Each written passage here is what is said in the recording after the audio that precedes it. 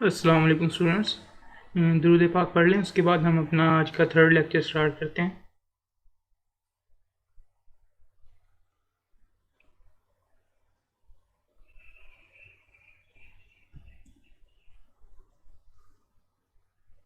जी students, तो हमारा चल रहा था चैप्टर नंबर 1। हम बात कर रहे थे चैप्टर नंबर 1 के बारे में, इंट्रोडक्शन टू लीगल सिस्टम। हम पहले इस पर 2 लेक्चर ले चुके हैं और बहुत सा हिस्सा कवर कर चुके हैं। आज इंशाल्लाह हम इस लेक्चर को कंप्लीट करेंगे। तो जो आज टॉपिक्स हमने कवर करने हैं वो सब आपकी स्क्रीन पे शो हो रहे हैं। प्रोसेस ऑफ लेजिस्लेशन की बात करेंगे। अभी तक हम बात करते आए हैं लेजिस्लेशन के बारे में, बेसिक चीज़ों की। आज हम उसे कंप्लीट डिटेल से देखेंगे, ये प्रोसेस वर्क कैसे करता है, लेजिस्लेशन के प्रोसेस में होता क्या क्या है, क्या क्या कुछ कौन कौन से पर्सनल्स इसमें इन्वॉल्व होते हैं। उसके अलावा इसके जो क्वेश्चन हैं आपके स्टडी टेक्स्ट में हैं, पास पेपर में जो क्वेश्चन आए हुए हैं उनको देखेंगे, उनके बारे में बात करेंगे। फिर एक छोटा सा टॉपिक डेलीगेट लेजिस्लेशन के बारे में, उस पर बात करेंगे, उसके क्वेश्चन देखेंगे पास पेपर्स में आपके स्टडी टेक्स्ट में, उसके हवाले से जो जो क्वेश्चन हैं। उसके बाद हम अपना अधूरा काम जो हमने शुरू किया हुआ है उसके नेक्स्ट 4 पार्ट्स हम देखेंगे, जो कि इंशाल्लाह आज का सेकंड लास्ट इस टॉपिक पे लेक्चर होगा। उसके बाद लास्ट लेक्चर और हम इस पार्ट को कंप्लीट करेंगे और थोड़ा सा इंट्रोडक्शन हम देखेंगे चैप्टर 2 के बारे में। सिर्फ ये चीज़ देखेंगे चैप्टर 2 के बारे में, ना ही हमने कोई क्वेश्चन करना है, ना ही हमने कोई बेसिक बड़ा कंसेप्ट देखना है। हमने सिर्फ बेसिक डेफिनेशन देखनी है, जैसे ऑफर क्या होती है, प्रपोजल क्या होता है, कॉन्ट्रैक्ट क्या होता है और एग्रीमेंट क्या होता है। हम इन्हें डिटेल में नहीं पढ़ेंगे, सिर्फ इनकी डेफिनेशन देखेंगे। याद भी कुछ नहीं करना, सिर्फ समझेंगे कि इनकी डेफिनेशन के बेसिक कंसेप्ट होते हैं क्या हैं, ताकि कल जब हम चैप्टर 2 का बाकायदा से आगाज़ करें तो आपको बेसिक चीज़ों का कम से कम आइडिया हो थोड़ा। चलिए हम अपने लेक्चर की तरफ जाते हैं, शुरू करते हैं। सबसे पहले बात करते हैं प्रोसेस ऑफ लेजिस्लेशन के बारे में। प्रोसेस ऑफ लेजिस्लेशन को समझने के लिए ना 3 टर्म्स हैं, 2-3 टर्म्स वो आपको पता होना लाजमी है। जो पहली टर्म है ना वो पावर ऑफ प्रेसिडेंट है। हम अभी तक बात करते आए हैं कि जो बिल्स हैं, कोई भी बिल्स नेशनल असेंबली सेनेट्स में आते हैं वो फाइनल मंजूरी के लिए प्रेसिडेंट के पास जाते हैं। तो प्रेसिडेंट उस वक्त उन बिल्स का क्या करता है? प्रेसिडेंट के पास उस वक्त सिर्फ 10 दिन होते हैं। वो 10 दिन के अंदर अंदर या तो बिल को मंजूर कर ले या बिल वापस पार्लियामेंट को भिजवा दे कि इसको रिकंसीडर करो, इसको दोबारा देखो, इस पर थोड़ी नज़रसानी करो। तीसरा कोई ऑप्शन उसके पास अवेलेबल नहीं होता, वो उसको रिजेक्ट नहीं कर सकता। वो सिर्फ 10 दिन के अंदर अंदर उसको मंजूर कर ले या उसको वापस पार्लियामेंट को भेज दे। अगर 10 दिन के अंदर अंदर वो उसे कुछ भी नहीं करता, ना कबूल करता है ना वापस पार्लियामेंट को भेजता है, तो ऑटोमेटिकली वो चीज़ कबूल हो जाती है। वो चीज़ कबूल हो जाती है। ये वाला जो पॉइंट है ये आपके इसमें आई कैप स्टडी टेक्स्ट में नहीं है, लेकिन ये जो बाकी 2 बातें हैं 10 डेज वाली और पार्लियामेंट वाली रिकंसिडरेशन वाली, ये आपके प्रोसेस ऑफ लेजिस्लेशन के अंदर आपका जो आई कैप स्टडी टेक्स्ट है उसके अंदर हैं। तो इसको आपने याद रखना है। जो तीसरा पॉइंट मैंने आपको बताया वो इसलिए है ताकि आप समझें कि जो हमारा सिस्टम है ना उसमें जो प्रेसिडेंट की पावर है ना उसको कम कर दिया गया है। मतलब प्रेसिडेंट जो है वो हेड ऑफ द स्टेट है। आप कई देखते होंगे जब चाइना की बात होती है, चाइना के प्रेसिडेंट की बात होती है, कभी उसके प्राइम मिनिस्टर की बात नहीं होती। आप जब देखते होंगे यूएसए, अमेरिका, उसके प्रेसिडेंट की बात हो रही होती है, क्योंकि वहाँ पे प्रेसिडेंट्री सिस्टम है। हमारे यहाँ पार्लियामेंट्री सिस्टम है, जहाँ जो भी पार्टी जीतती है उसका जो मेन लीडर होता है, जो जद्दोजहद कर रहा होता है, जैसे इमरान खान है, नवाज शरीफ है, पिछले दौर में रहा, तो वो अपने आप को प्राइम मिनिस्टर बनाना ज़्यादा पसंद करते हैं क्योंकि उसके पास इख्तियारात ज़्यादा हैं प्रेसिडेंट की निस्बत। तो इस हवाले से ये आखिरी छोटा सा पॉइंट था, एक ये पावर ऑफ प्रेसिडेंट, ये आपको पता होना चाहिए। जब हमने प्रोसेस ऑफ लेजिस्लेशन डिस्कस करना है तो ये चीज़ आपके जहन में रहनी चाहिए कि 10 दिन का टाइम होता है प्रेसिडेंट के पास। 10 दिन के अंदर अंदर या तो वो उसको एक्सेप्ट कर ले या तो उसको वापस पार्लियामेंट को भिजवा दे। तीसरा कोई ऑप्शन उसके पास मंजूर नहीं होता। दूसरी चीज़ जो आपके जहन में रहनी चाहिए, हाउस आपने छोटी क्लास में भी ज़ाहिर बात पढ़ा होगा, इतनी तो इंग्लिश तकरीबन सबको ही आती होती है कि हाउस का मतलब घर होता है। लेकिन जब हम प्रोसेस ऑफ लेजिस्लेशन की बात करेंगे, इसमें जब भी हाउस का वर्ड आएगा उसका मतलब होगा नेशनल असेंबली या सेनेट। सेनेट और नेशनल असेंबली ये हाउस का मतलब होगा। अगर हाउसेज होगा तो इसका मतलब होगा बोथ नेशनल असेंबली और सेनेट। इस बात को आपने जहन में रखना है। ये 2 बातें आपने जहन में रखनी है। तीसरी बात आपने ये जहन में रखनी है कि जो बिल है किसी भी मैटर के हवाले से वो नेशनल असेंबली में भी ओरिजिनेट हो सकता है, सेनेट में भी ओरिजिनेट हो सकता है। मतलब ये नहीं है कि जो बिल है वो सबसे पहले नेशनल असेंबली में बनेगा, उसके बाद सेनेट में जाएगा, फिर प्रेसिडेंट के पास जाएगा। नहीं, अगर वो नेशनल असेंबली में बनना है, नेशनल असेंबली से मंजूर हो गया है, तो फिर वो सेनेट में जाएगा दूसरी मंजूरी के लिए, फिर फाइनल प्रेसिडेंट के पास जाएगा। लेकिन ऐसा भी हो सकता है कि वो सेनेट में बना हो। अगर वो सेनेट में बना है तो फिर वो दूसरी मंजूरी के लिए पार्लियामेंट में, कौमी असम्बली में जाएगा, नेशनल असम्बली में जाएगा, उसके बाद वो जाएगा प्रेसिडेंट के पास। इन बातों को आपने ज़हन में रखना है। तीसरी बात, बेसिक चीज़ ये है तीसरी बात में, कि आपने सिर्फ ये ज़हन में रखना है, जो कोई भी बिल है वो किसी भी असम्बली में सबसे पहले आ सकता है। चाहे सेनेट में आ सकता है, वो नेशनल असम्बली में भी आ सकता है। किसी भी असेंबली में वो बिल ओरिजिनेट हो सकता है। उसका ओरिजिन जो है वो दोनों असेंबलीज में से कोई भी असेंबली हो सकती है। ये बिल्कुल कोई रूल नहीं है कि पहले नेशनल असेंबली में जाएगा या पहले सेनेट में जाएगा। ये तीन चीज़ें, इनको आप एक दफ़ा देख लें, इन चीज़ों को समझ आती है, इनको याद भी करने की ज़रूरत नहीं है, सिर्फ देख लें इन चीज़ों की आपको समझ आ गई है तो हम प्रोसेस ऑफ लेजिस्लेशन की तरफ बढ़ते हैं। प्रोसेस ऑफ लेजिस्लेशन में सबसे पहले है एक्ट ऑफ पार्लियामेंट। जब हम ये पहला लेक्चर था या शायद दूसरा लेक्चर था, उसमें मैंने आपसे गवर्निंग स्ट्रक्चर की बात की थी, तो उसमें हमने पार्लियामेंट देखा था। पार्लियामेंट के अंदर कौन कौन सी अथॉरिटीज़ आती हैं। पार्लियामेंट के अंदर बेसिकली तीन अथॉरिटीज़ हमने देखी थी, एक नेशनल असेंबली थी, एक सेनेट थी और एक प्रेसिडेंट थी। एक्ट ऑफ पार्लियामेंट का मतलब इन तीनों का ही एक्ट है, इन तीनों का एक्ट है।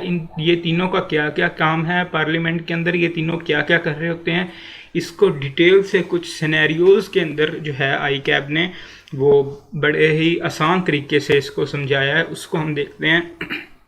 Scenario one. सिनेरियो वन है the bill passed without amendment. Amendment का मतलब होता है तब्दीली। किसी भी तब्दीली के बगैर अगर कोई भी बिल पास हो जाए, इसका क्या मतलब है? इसका मतलब ये है कि अगर बिल किसी भी असेंबली में बना है, चाहे वो सेनेट में बना है, चाहे वो नेशनल असेंबली में बना है, दोनों हाउसेज में से किसी भी हाउस में वो बिल बना है, उधर से पास होने के बाद दूसरे हाउस में जाए और वहाँ से भी आसानी से पास हो जाए, कोई भी बंदा ऑब्जेक्शन ना लगाए, ना कोई रिजेक्ट करे, वो जो पूरा हाउस है वो उसमें कोई ऑब्जेक्शन ना लगाए, ना ही एक्सेप्ट रिजेक्ट करे, ना ही किसी किस्म की कोई अमेंडमेंट करे, उसके बाद वो प्रेसिडेंट के पास चला जाए और उसके बाद प्रेसिडेंट भी उसको एक्सेप्ट कर ले। ये पहले सिनेरियो का मतलब है। The bill pass without amendment. अगर अमेंडमेंट के बगैर कोई बिल पास होता जाए तो उसे किन किन रास्तों से गुजरना पड़ेगा? पहले तो वो बिल जहाँ पे ओरिजिनेट हुआ है, जहाँ पे वो बिल बना है, उधर से वो बिल पास होगा। उधर जितने भी मेंबर्स हो गए वो सारे, उनकी जो अक्सरियत होगी वो उस बिल को पास करेगी। उसके बाद उस बिल को दूसरे हाउस में भेज दिया जाएगा और दूसरे हाउस से भी अगर किसी ने कोई अमेंडमेंट नहीं की, कोई इसके खिलाफ आवाज़ नहीं उठाई, उस बिल ने भी आसानी से मेजोरिटी मेंबर्स ने उसको पास कर लिया है, तो वो फाइनली प्रेसिडेंट के पास फाइनल मंजूरी के लिए भेज दिया जाएगा। और पीछे आप देख चुके हैं प्रेसिडेंट जो है उसके पास कितना टाइम होता है, 10 दिनों का टाइम होता है। किस तरह से वो एक्सेप्ट वगैरह करता है, ये कंसेप्ट मैं आप लोगों को पहले दे चुका हूँ। ये पहला सिनेरियो है, बिल्कुल सिंपल सा सिनेरियो है, जहाँ पे ओरिजिनेट हुआ है पहले वहाँ पे पास होगा, उसके बाद दूसरे हाउस में भेज दिया जाएगा, चाहे सेनेट है चाहे नेशनल असेंबली। दूसरे हाउस से पास होगा, उसके बाद उस बिल को प्रेसिडेंट के पास भेज दिया जाएगा। ये तो था सबसे सिंपल वाला सिनेरियो। अब अगर दूसरे हाउस में अगर भेजा गया है वो उसको उस तरह से पास नहीं करता, तो फिर क्या सिनेरियो होगा?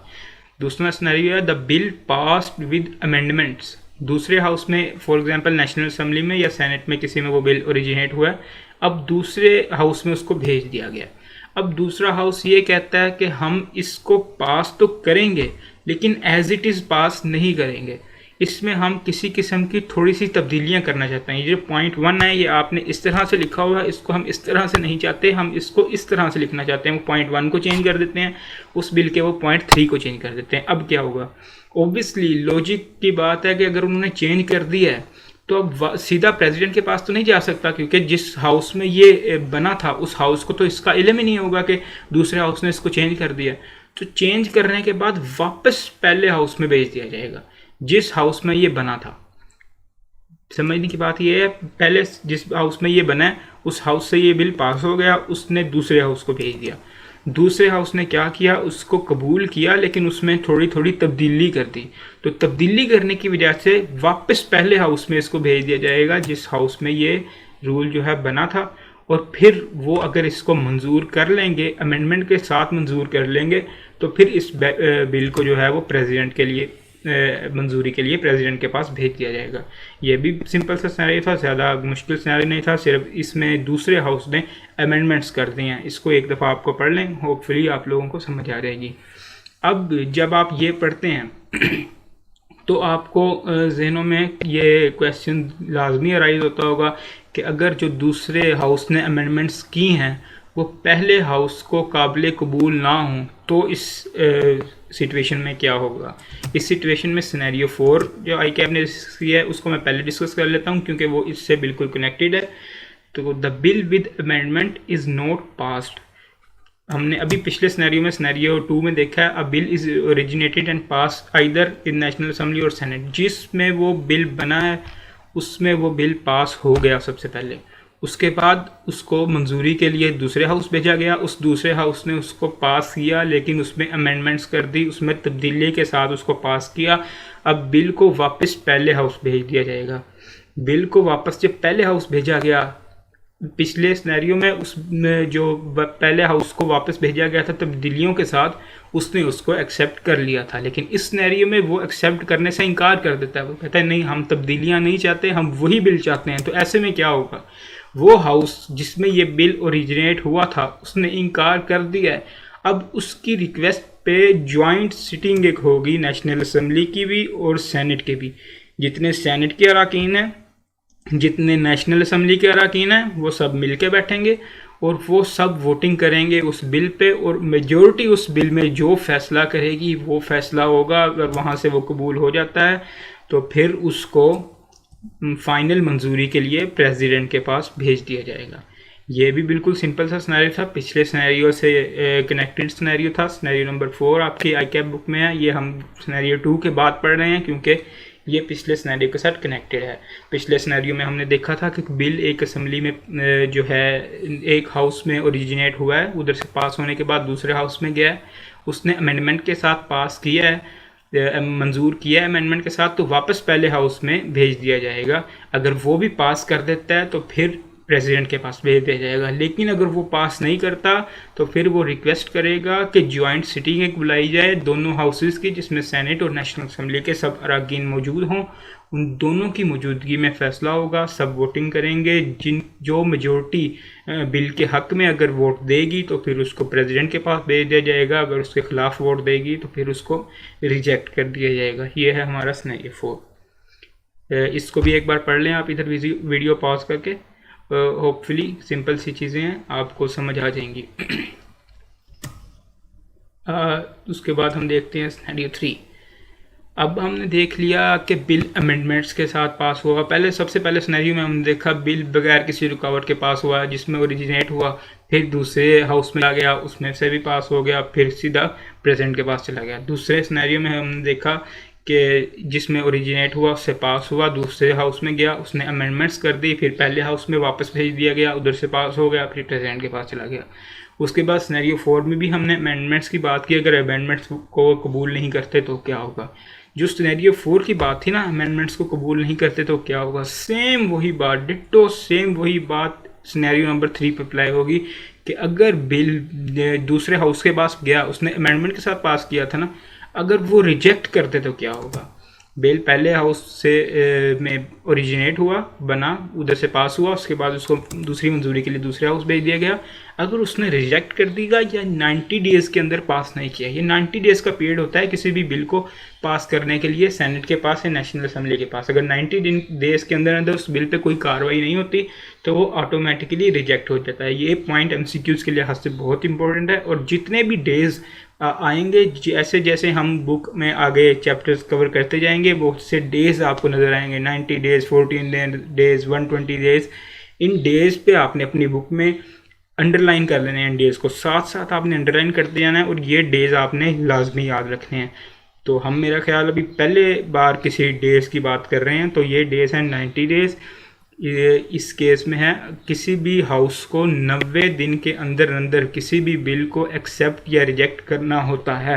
अगर 90 डेज़ के अंदर अंदर वो बिल एक्सेप्ट या रिजेक्ट नहीं करते तो फिर वो बिल कंसीडर होता है रिजेक्टेड।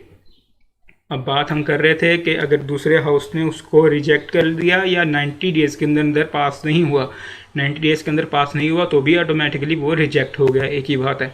तो अगर वो रिजेक्ट हो गया तो क्या करेंगे, तो फिर वही जो हमने पिछले सिनेरियो 4 में देखा था वही हम काम करेंगे। जॉइंट सिटिंग बुलाएगी जिसमें ये ओरिजिनेट हुआ था बिल, वो जॉइंट सिटिंग बुलाएगी दोनों हाउसेस की, उसमें फिर वही उसी तरह वोटिंग होगी और मेजोरिटी अथॉरिटी जिसके वोट ज़्यादा होंगे उस हिसाब से उसका फ़ैसला किया जाएगा।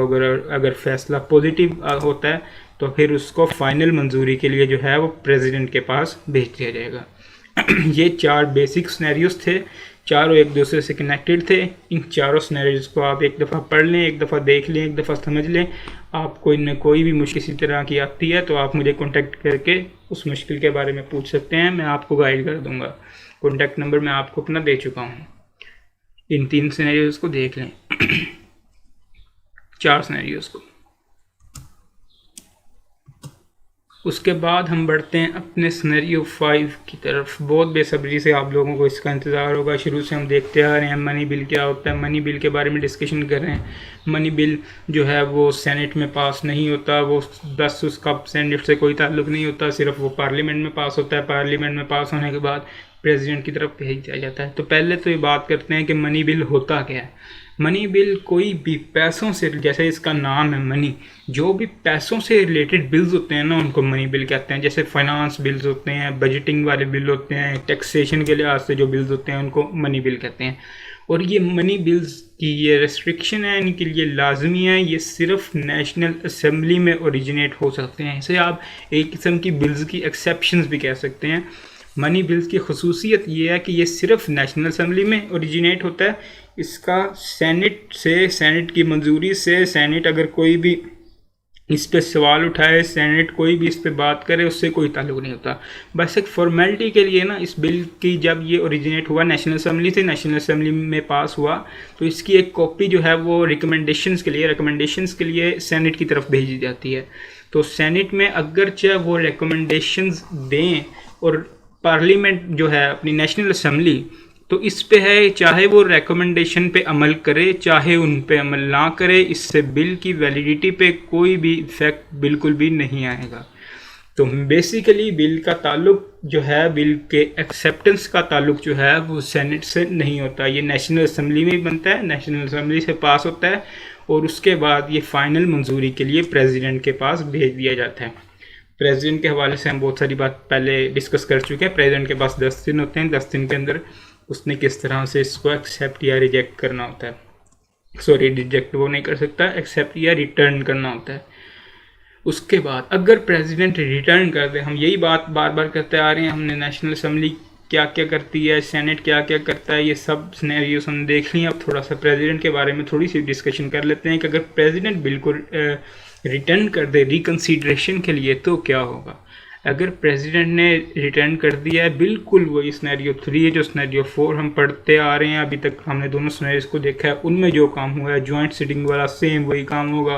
वोटिंग हो गई, जो मेजोरिटी वोट देगी वो वही फैसला किया जाएगा। और अब जब प्रेसिडेंट को भेजा जाएगा अब प्रेसिडेंट के पास कोई इख्तियार नहीं है कि इसको वापस भेजे या रिजेक्ट करे।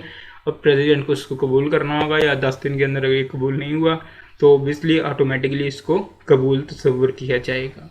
ये छोटा सा प्रेसिडेंट के हवाले से कंसेप्ट है, बहुत ही आसान से कंसेप्ट हैं, सिंपल सी बातें हैं। इन दोनों सिनेरियोस को आप देख लें, मनी बिल वाले को देख लें, मनी बिल भी सिंपल सी बात थी। President return the bill for reconsideration, ये भी सिंपल सी बात थी। इन दोनों को आप देख लें, एक बार पढ़ लें, रीडिंग कर लें, होपफुली सिंपल सी बातें आप लोगों को समझ में आ जाएंगी। उसके बाद एक कंसेप्ट है लैप्स ऑफ द बिल। हमने बात की थी जो सेनेट है ना वो परमानेंट इदारा होता है, हर वक्त उसमें कोई ना कोई अरकान रह रहे होते हैं। 3 साल बाद अरकान रिटायर होते हैं, हाफ जो उसके मेंबर्स होते हैं वो रिटायर होते हैं और 6 साल जो है नए मेंबर्स आते हैं, जो उनका वो पीरियड होता है वो 6 साल होता है। किस तरह से ये परमानेंट इदारा होता है सेनेट, ये सारी बातें हम सेनेट वाले चैप्टर में कर चुके हैं। लेकिन जो नेशनल असेंबली है वो परमानेंट इदारा नहीं होता, 5 साल उनकी मुद्दत होती है, 5 साल बाद वो लैप्स हो जाता है। 5 साल बाद दोबारा इलेक्शन होते हैं, एक निगरान हुकूमत आ जाती है, उसके बाद दोबारा इलेक्शन होते हैं, जब दोबारा इलेक्शन होते हैं तो नई हुकूमत आती है।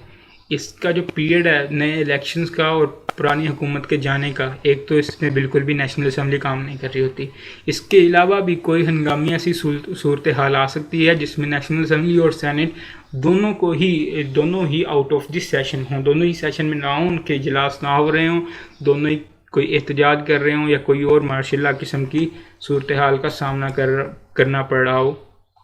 इस तरह की सिचुएशन भी हो सकती है। इस तरह की सिचुएशन में भी नेशनल असम्बली को डिसॉल्व किया जा सकता है।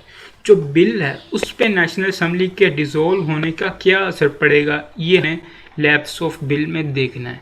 तो अगर नेशनल असम्बली डिसॉल्व हो गई है तो बिल भी डिसॉल्व हो जाएगा, बिल भी लैप्स हो जाएगा, बिल की हैसियत भी ख़त्म हो जाएगी। किस बिल की हैसियत ख़त्म हो जाएगी? वो बिल जो नेशनल असम्बली में पेंडिंग है या नेशनल असम्बली से पास हुआ है, उस बिल की हैसियत ख़त्म हो जाएगी और वो सेनेट के अंदर पेंडिंग है। यानी कि अगर वो नेशनल असम्बली में ओरिजिनेट हुआ और नेशनल असम्बली के अंदर ही पेंडिंग है तो भी उसकी हैसियत ख़त्म हो जाएगी।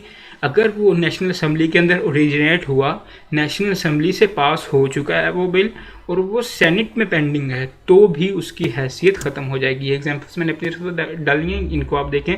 पास by national assembly, pending in senate.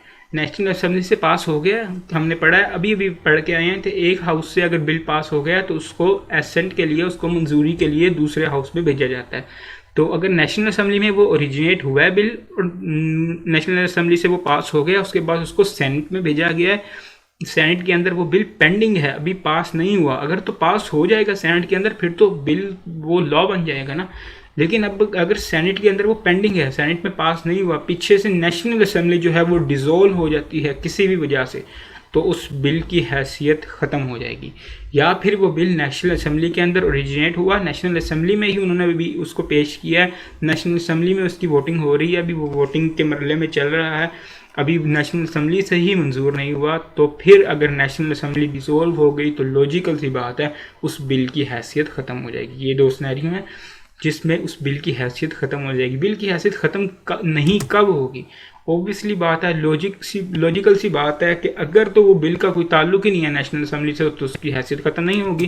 कैसे ताल्लुक नहीं है? कि अगर वो सेनेट में पेंडिंग है और बना ही सेनेट में है, वो सेनेट के अंदर बना है और सेनेट में ही पेंडिंग है, अभी तक वो नेशनल असम्बली में गया ही नहीं है, तो नेशनल असम्बली डिसॉल्व हो गई है तो उसकी हैसियत ख़त्म नहीं होगी। जो नई आने वाली नेशनल असम्बली होगी तो वो बिल को बाद में उधर पेश किया जाएगा अगर वो सेनेट में पेंडिंग है। बिल्कुल यही बात इन्होंने इधर लिखी हुई है, it is pending in Senate, it has not been pass by the National Assembly. वही एग्जाम्पल मैंने दिया कि ये सेनेट में ओरिजिनेट हुआ कोई भी बिल और सेनेट में ही पेंडिंग है तो नेशनल असम्बली डिसॉल्व हो जाती है, क्योंकि नेशनल असम्बली का तो अभी उससे कोई ताल्लुक ही नहीं है। तो नेशनल असम्बली डिसॉल्व हो या नेशनल असम्बली डिसॉल्व ना हो, उस बिल की सेहत पे कोई असर नहीं पड़ेगा। लेकिन अगर सेनेट में ओरिजिनेट हुआ था और वो उधर से पास हो गया है, उधर से पास के बाद वो नेशनल असम्बली में पेंडिंग है, तो फिर उस बिल की हैसियत जो है वो ख़त्म हो जाएगी नेशनल असम्बली के डिसॉल्व होते ही। अगर जैसे नेशनल असम्बली बीच में इन्वॉल्व हो गई या किसी बिल में, तो फिर नेशनल असम्बली में अगर वो बिल आएगा तो उसकी नेशनल असम्बली अगर डिसॉल्व हो जाएगी तो फिर उसकी हैसियत ख़त्म हो जाएगी बिल की। तो ये 2-3 सिनेरियोज़ हैं, इन बातों को आपने अपने जहन में रखना है। इसके हवाले से कोई छोटा सा सिनेरियो भी आपसे वो पूछ सकता है। बिल्कुल सिंपल सी बातें हैं, बिल कब ख़त्म होगा, बिल की हैसियत कब ख़त्म होगी, नेशनल असम्बली के डिसॉल्व होने का बिल पे क्या इफ़ेक्ट होगा, ये 2-3 तरीके हैं जिन तरीक़ों से वो इस क्वेश्चन को पूछ सकता है। वो पूछ सकता है कि जब नेशनल असम्बली डिसॉल्व होगी तो उस पर किसी भी बिल का क्या इफ़ेक्ट होगा, जब कोई भी बिल कब लैप्स होगा, बिल की हैसियत कब ख़त्म होगी। वो इस तरह के क्वेश्चन 2-3 आपसे इधर से पूछ सकता है। इसको भी एक दफ़ा पढ़ लें, होपफुली सीधी सी बातें हैं आपको समझ में आ जाएंगी।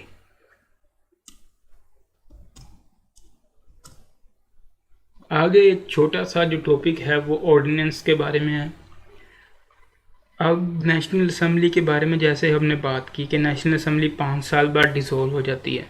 नेशनल असम्बली अगर डिसॉल्व हो गई है, और मनी बिल के बारे में हमने ये बात की, जो मनी बिल है वो सिर्फ़ और सिर्फ नेशनल असम्बली में ही ओरिजिनेट हो सकता है और नेशनल असम्बली से ही पास होता है, वो सेनेट के पास नहीं जाता। 5 साल बाद असम्बली डिसॉल्व हो गई है, नेशनल असम्बली में कोई भी नहीं बैठा हुआ, नेशनल असम्बली हमारी खाली पड़ी है। ऐसे में मनी बिल पेश करने की ज़रूरत पेश आ जाती है, तो क्या होगा? सेनेट के पास तो ये इख्तियार ही नहीं है मनी बिल का, तो फिर जो प्रेसिडेंट हैं वो अपनी तरफ से एक ऑर्डिनेंस जारी कर सकते हैं। ये मैंने मनी बिल की आपको एक एग्जांपल दी है। इसके अलावा भी कभी कोई इस तरह की एमरजेंसी सिचुएशन बन जाती है, सेनेट इन सेशन नहीं है, नेशनल असम्बली इन सेशन नहीं है किसी भी वजह से, तो फिर बिल कोई भी लॉ मंजूर करने की ज़रूरत पड़ती है, तो प्रेसिडेंट के पास ही इख्तियार है। वो जो लॉ मेकिंग पावर है ना, जिस तरह हम एक किस्म की डेलीगेटेड लेजिस्लेशन कहते हैं, इसको उस नाम तो नहीं देना डेलीगेटेड लेजिस्लेशन का, ये सिर्फ आपको समझाने के लिए। वो जो लेजिस्लेशन की पावर है वो सारी की सारी डेलीगेट हो जाती है प्रेसिडेंट के पास। प्रेसिडेंट कोई भी इस किस्म का लॉ बना के उसको लागू कर सकता है और उसको हम कहेंगे ऑर्डिनेंस उसका नाम ऑर्डिनेंस होगा। तो इसकी डेफिनेशन देखें, the president if deems necessary to make immediate action he has power to make an ordinance when the Senate or National Assemblies are not in session। Senate और नेशनल असम्बली जो है वो session में नहीं है, तो president के पास इख्तियार है कि वो कोई भी ऑर्डिनेंस जारी कर सकता है किसी भी लॉ के हवाले से। तो इसकी एक्सप्लेनेशन अगर हम देखें, search ordinance promulgated thus shall have the same force and effect as the act of parliament. जैसे कि पार्लियामेंट का एक्ट था, पार्लियामेंट जैसे कोई भी लॉ बनाती थी उसकी भी सेम इन्फोर्सिबिलिटी होगी, उसका भी सेम इफेक्ट होगा जो ऑर्डिनेंस प्रेसिडेंट जाहिर करेगा। ओबियसली ये एक उसी तरह का लॉ है तो उसका इफेक्ट और पावर भी बिल्कुल सेम होगी, लेकिन इसमें एक जो चीज़ मुख्तलिफ होगी वो ये होगी 120 डेज़। पहले हम 90 डेज़ की बात की है, अब एक और डेज़ आ गए, ये आ गए हैं 120 डेज़। पहले वैसे हम 10 डेज़ की भी बात कर चुके हैं। प्रेसिडेंट जो है वो 10 दिन के अंदर अंदर उसे किसी भी बिल को वापस भेजना होता है या कबूल करना होता है। तो ये डेज़ जो हैं ये आपने याद रखने हैं। अब बात आई है 120 डेज़ की। 120 दिन के बाद जो ये ऑर्डिनेंस जो प्रेसिडेंट ने दिया था ये खुद ब खुद ही ख़त्म हो जाएगा अगर किसी ने नेशनल असम्बली में इसको एक्सेप्ट नहीं किया गया। The ordinance shall stand repealed after 120 days if it is not presented और passed in National Assembly in case of money bills and by both houses if there is other than money bill। obviously money bill है तो फिर वो सिर्फ national assembly में पेश हो सकता है, अगर कोई दूसरा बिल है तो फिर वो सेनेट में भी पेश हो सकता है। 120 डेज़ के अंदर अंदर अगर सेनेट या नेशनल असम्बली उस बिल को पास नहीं करती, उसमें दोनों हाउसेज में से किसी में उस बिल को प्रेजेंट नहीं किया जाता, तो उस जो ऑर्डिनेंस है उस ऑर्डिनेंस की हैसियत ख़त्म हो जाएगी।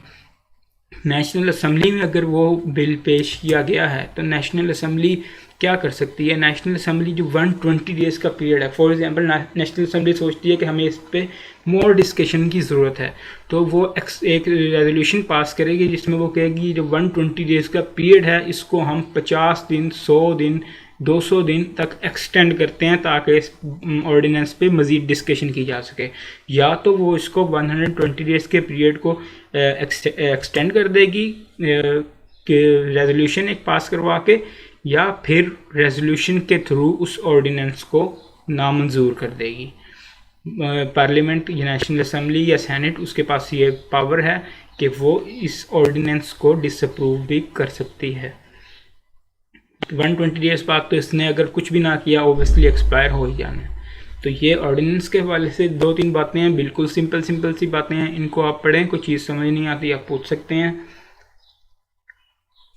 इनको आप एक दफ़ा देख लें, इसकी एक्सप्लेनेशंस को, इसकी डेफिनेशन को, और फिर हम चलते हैं क्वेश्चंस की तरफ। जो आज हमने टॉपिक पढ़े हैं इनमें कौन कौन से क्वेश्चंस डिस्कस हुए हैं इसकी हम बात करते हैं।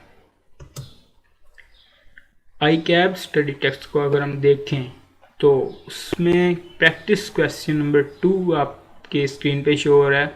Briefly describe the process of legislation in case of a money bill when national assembly is in session, national assembly is not in session.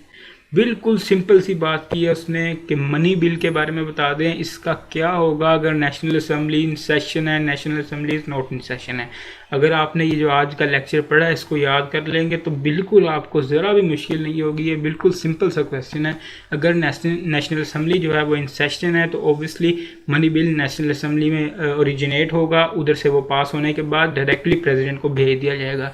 सिर्फ एक कॉपी जो है वो रिकमेंडेशंस के लिए भेजी जाएगी सेनेट में, तो पर उस रिकमेंडेशंस का नेशनल असेंबली पे है कि उनको वो कबूल करे या ना करे। उस बिल की हैसियत पे सेनेट के हवाले से कोई भी इफ़ेक्ट नहीं होगा। अगर नेशनल असेंबली इन सेनेट है, अगर नेशनल असेंबली सेशन में है, अगर नेशनल असेंबली सेशन में नहीं है तो फिर इस बिल का क्या होगा, ऑब्वियसली फिर ऑर्डिनेंस आ जाएगा। फिर आप बताएंगे ऑर्डिनेंस के बारे में। ऑर्डिनेंस जो है प्रेसिडेंट वो इशू करेंगे, वो कितनी देर के लिए वैलिड होगा, किस किस तरह इशू करेंगे। अभी हम ऑर्डिनेंस की एक्सप्लेनेशन और उसकी डेफिनेशन देख चुके हैं।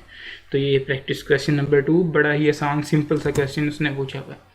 उसके बाद प्रैक्टिस क्वेश्चन नंबर 3 भी इसी जो है हमने टॉपिक्स पढ़े हैं इनके अंदर से ही है। How is a law promulgated when national assembly is not in session. बिल्कुल उसने वही बात दूसरे तरीके से अल्फाज थोड़े से बदल के, बल्कि अल्फाज भी उसने चेंज नहीं किए, वही बात उसने आपसे पूछ ली है। Is such law in any different way from an act of parliament. उसने फिर से वही बात, एक ही बात 2 क्वेश्चन में पूछी है।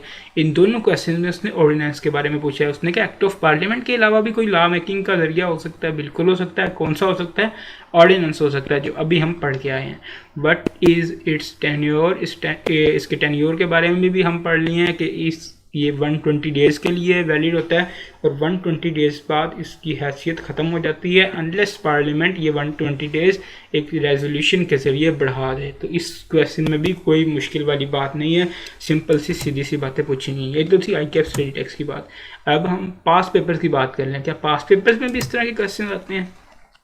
बिल्कुल सेम क्वेश्चन जो हमने नंबर 1 पे किए, जिसके 2 पार्ट्स थे, national assembly not in session, national assembly in session. National assembly जो इन सेशन वाला पार्ट है वो स्प्रिंग 2018 में, ये ज़्यादा पुरानी बात नहीं है, स्प्रिंग 2018 में 2 मार्क्स के लिए ICAP ने पूछा हुआ है। What is the process of legislation in case of a money bill when national assembly is in session. तो सिंपली आप 2 नंबर के लिए मनी बिल वाला आप आराम से इसको आसानी से लिख सकते हैं।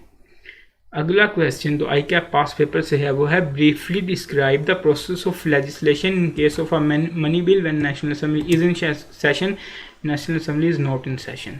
ऑटम 2016 में ये क्वेश्चन आया है 5 मार्क्स के लिए और एज इट इज़ उठा के आपका जो ICAP स्टडी टेक्स्ट है उसमें शामिल कर दिया गया है और अभी हम इसको डिस्कस करके आए हैं। बहुत ही सिंपल सा क्वेश्चन है। बिल्कुल इसी तरह के क्वेश्चन आपको पास पेपर में इस जो है आपका इंशाल्लाह जो पेपर होगा उसमें भी बिल्कुल इसी तरह के क्वेश्चन आ रहे होंगे। कोई इसमें मुख्तलिफ क्वेश्चन नहीं पूछ रहा होगा वो यहाँ से इन टॉपिक्स से। How is a law promulgated when the, बिल्कुल वही क्वेश्चन जो हमने प्रैक्टिस क्वेश्चन नंबर 3 एंड पे डिस्कस किया है, बिल्कुल वही क्वेश्चन ऑटम 2011 में आपसे 5 नंबर के लिए पूछा गया। ये ऑटम 2011 वाला क्वेश्चन उठा के उसने वो जो है आपके ICAP के प्रैक्टिस क्वेश्चंस का हिस्सा बना दिया। ये तो होगी थोड़ी थोड़ी पुरानी बातें जिनसे आप शायद बोर भी हो गए हो, आपने सोचा हो कि कुछ ज़्यादा आसान है। अब हम बात करते हैं मोस्ट रिसेंट जो ऑटम 21 की अटैम्प्ट थी। बिल्कुल पुरानी बात नहीं है ये, अभी कुछ पिछले साल की बात है। उसमें क्वेश्चन 4 मार्क्स के लिए उसने इस टॉपिक में से पूछा है। उसने क्या कहा, briefly describe the process of legislation in case of a bill which has been passed by National Assembly but rejected by Senate. इस पे हम पूरा सिनेरियो डिस्कस कर रहे हैं। बहुत ही आसान सी बात है। नेशनल असेंबली में वो ओरिजिनेट हुआ, सेनेट में गया, नेशनल असेंबली से पास होने के बाद सेनेट से वो रिजेक्ट हो गया। उसका बिल का क्या बनेगा, उसको वो जॉइंट सिटिंग में कंसीडर करेंगे। अगर तो नेशनल असेंबली के पास वापस वो बिल आया है, नेशनल असेंबली ने उसे कहा रिजेक्ट हो गया सेनेट से, चलो हम भी रिजेक्ट मान लें, तो ठीक है, फिर तो रिजेक्ट हो गया। लेकिन अगर नेशनल असेंबली के पास ऑप्शन है कि वो जॉइंट सिटिंग का ऑप्शन जो है वो अपना यूज़ कर सकती है, वो जॉइंट सिटिंग बुलाएगी दोनों हाउसेस की और उन दोनों हाउसेस की जॉइंट सिटिंग में इस केस का फैसला होगा। ये जो ऑटम 21 जो पिछले हमने जितने भी क्वेश्चन डिस्कस किए उनका सोल्यूशन तो आपको आपके ICAP स्टडी टेक्स्ट में मिल जाएगा। इसका सोल्यूशन, ये क्वेश्चन ICAP स्टडी टेक्स्ट में नहीं है तो इसका सोल्यूशन मैंने स्लाइड्स पे ही डिस्कस किया है। Where a bill is rejected by the Senate then such bill will not be effective unless it is at the request of National Assembly is considered in joint sitting of the both houses obviously बात है, अगर तो national assembly के reject है तो ठीक है, reject है। अगर वो चाहे तो जॉइंट सिटिंग बुला सकती है, और जॉइंट सिटिंग में वही रूल अप्लाई होगा, मेजोरिटी इज़ द अथॉरिटी। जो मेजोरिटी पार्टी जिसका इसका फैसला करेगी वही जो है डिसीजन एप्लीकेबल होगा। उसके बाद वो प्रेसिडेंट के पास भेज दिया जाएगा। प्रेसिडेंट के पास 10 दिन का वो या तो उसको मंजूर कर सकता है या पार्लियामेंट के पास वापस भिजवा सकता है रिकन्सिडरेशन के लिए। फिर ज्वाइंट सिटिंग वाला मसला हो जाएगा, और फिर ये सारा चक्कर आप सब कुछ पढ़ चुके हैं पिछले लेक्चर में। तो ये बहुत ही सिंपल सी बातें हैं, बिल्कुल सिंपल से क्वेश्चन इस टॉपिक में से आते हैं। बहुत ही आसान सा टॉपिक है। होपफुली आपको इस टॉपिक की समझ आ गई होगी। इन क्वेश्चन को देख लें आप, टॉपिक्स को जो पीछे हमने देखे हैं उनको एक बार पढ़ लें। थोड़ा 5 से 10 मिनट का ब्रेक कर सकते हैं यहाँ पे वीडियो पॉज करके। उसके बाद अब हम अपने नेक्स्ट जो टॉपिक है अपना डेलीगेटेड लेजिस्लेशन वाला छोटा सा टॉपिक है उसकी तरफ चलते हैं।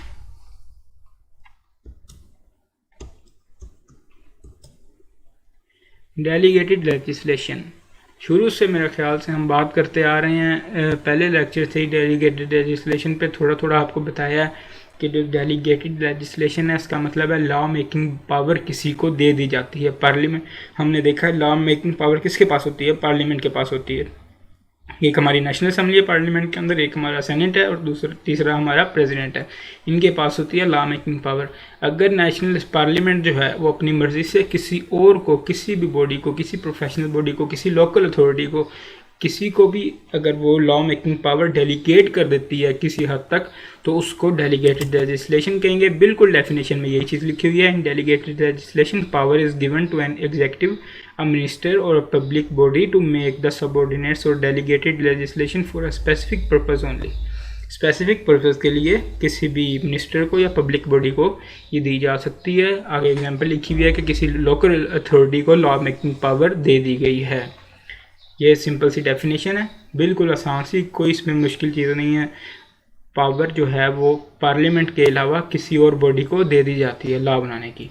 अच्छा, अब लॉ बनाने की पावर किसी और बॉडी को दे दी गई है, तो आपके ख्याल से क्या उस पर कोई चेक एंड बैलेंस नहीं रखा जाएगा? क्योंकि वो अपनी पावर का गलत इस्तेमाल भी कर सकते हैं, वो कुछ भी कर सकते हैं, उस पावर्स के लिहाज से गलत फैसले भी कर सकते हैं। तो इस हवाले से उन पे चेक एंड बैलेंस इस तरह से रखा जाता है कि उन पे कुछ रिस्ट्रिक्शंस लगा दी जाती हैं कि आप ये पावर है आपके अंडर, इन पावर्स के अंडर आप इतने रूल्स बना सकते हैं, इस हद तक आप लॉ को बना सकते हैं, इससे ज़्यादा आप वो लॉ नहीं बना सकते। By restricting and defining the power to make rules, जो रूल्स हैं, जो लॉज हैं, वो बनाने की पावर सिर्फ इस हद तक आपके पास है, इस हद से आप तजावुज़ नहीं कर सकते।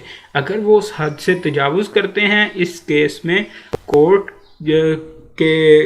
जो है वो फैसला देगा। अगर तो उन्होंने वाकई ही तजावुज़ की है, उनको जो उन्होंने तजावुज़ की है उसकी बेसिस पे कोर्ट में चैलेंज किया जाएगा, और अगर तो वो तजावुज़ साबित होगी तो कोर्ट फैसला देगा और उसका जो भी उसने लॉ या रूल बनाया उसको वॉइड करार दे दिया जाएगा। जो अल्ट्रा वायर्स बोर्डिंग होती हैं, अल्ट्रा वायर्स का मतलब होता है, एक टर्म है जो हम मोस्टली लॉ में यूज़ कर रहे होते हैं। इसका मतलब होता है अपनी हद से तजावुज़ करना, एक्सीड्स द प्रिस्क्राइब्ड लिमिट्स, अपनी लिमिट्स से एक्सीड कर जाना। तो ये कंट्रोल ओवर डेलीगेटेड लेजिस्लेशन इसकी एग्जांपल, और इसका कंट्रोल भी बिल्कुल सिंपल सी बातें हैं। उन्होंने कुछ रूल्स बना दिए, उनकी पावर्स को डिफाइन कर दिया कि आपकी ये पावर्स हैं, इन पावर्स के अंदर आप काम कर सकते हैं। अगर कोई अपनी पावर से एक्सीड करता है तो फिर कोर्ट का ऑप्शन मौजूद होता है, और ये बड़ा क्विक जो है काम होता है।